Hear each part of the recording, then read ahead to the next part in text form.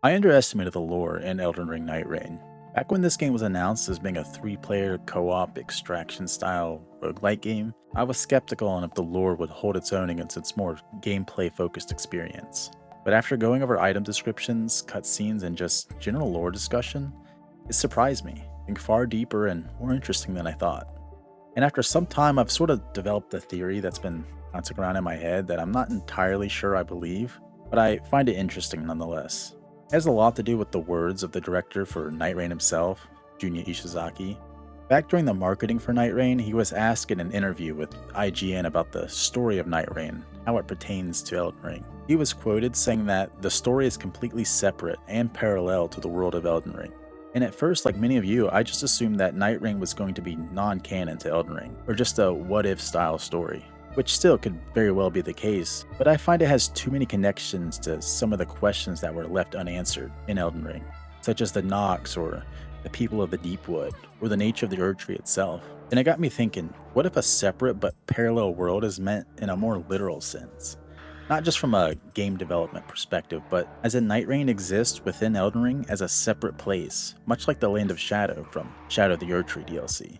Okay, before I go too far with this theory, I just want to remind you that this is of course speculation, and maybe even a bit of a stretch, but the lore in these games are meant to pique your curiosity and try to get you and the community to piece together our own answers. So if you enjoy videos like this and want more, maybe leave a like and subscribe.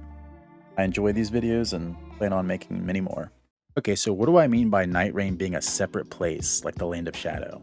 We know that the Land of Shadow is a physical place, hidden by Queen Marika by veiling it in shadow.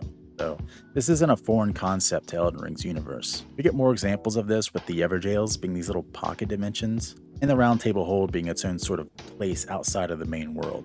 I believe Limveiled is a similar concept, albeit a bit different. At first I thought that Limveiled was all that was left of the Lands Between, twisted and destroyed by being subject to the Nightreign for who knows how long. And at the very end of the game, when the primordial Night Lord is slain, we restore the Erdtree and the Lands Between to its former glory, or reset it back to how it was before the Night Lord appeared. But that always seemed a bit too convenient to me. I think that's why we get the scene of the Tree Titan at the end, this dark, lumbering, giant humanoid tree figure staring down the forever bright golden light of the Erdtree as it turns around and wanders off. I think the night in Nightreign is, as it's described in the game, a natural calamity, a primordial force of nature, and much like natural disasters in real life, they will inevitably happen. And the Cutting Gifted tribe that is also described in the game saw this calamity coming. In the game, the description of the Night Lord rune reads, "The Cutting Gifting tribe anticipated the coming night, and spent many a moon planning its prevention, concluding that their only chance of success was to cheat a god." In real life, a way that we fight back against natural disasters is by, in a sense, cheating nature. A place prone to flood, we build flood walls, and I believe that Limveiled is much like a flood wall.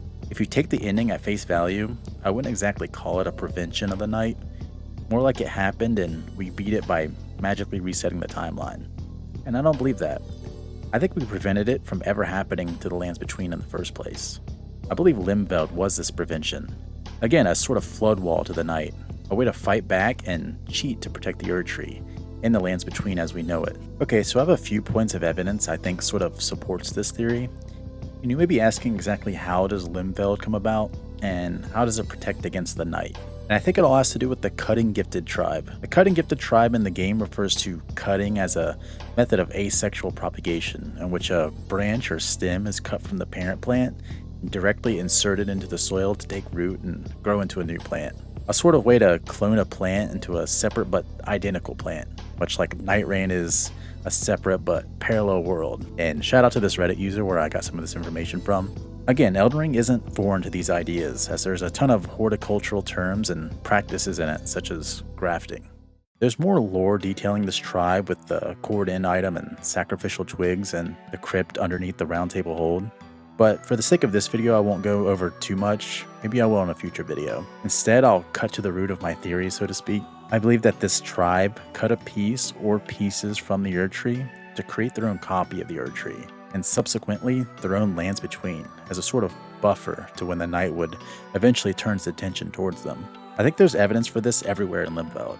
Everything seems to be grown as if it's part of a tree, Even parts of castles and stone seem to be growing large bark from them. The spirit shelter itself grows you an anvil and shopkeeper to aid you.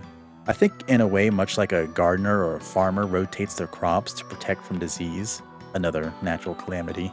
The cutting gifted tribe built these false erd trees or places in a way to rotate its crops, much like the map changes each expedition, to protect the mainlands between or main timeline. Another bit of evidence that suggests this is Hjolster himself. When we meet him, he's binded by these wrappings and weapons like he's been fighting us for a very long time, as suggested by Recluse, who senses her own magic imbued on the wrappings. There's more to Hjolster, but that could be its own video as well, which I do have some more Unhinged speculation on him, so if you'd be interested in that, let me know.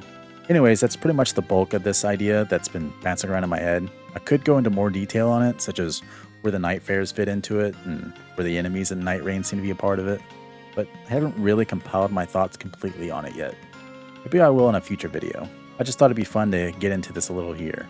Anyways, Nightreign has been much more interesting than I thought, lore-wise, and I hope the DLC continues to give us more to chew on. So until then, I hope you enjoy my incoherent ramblings. Thank you for watching.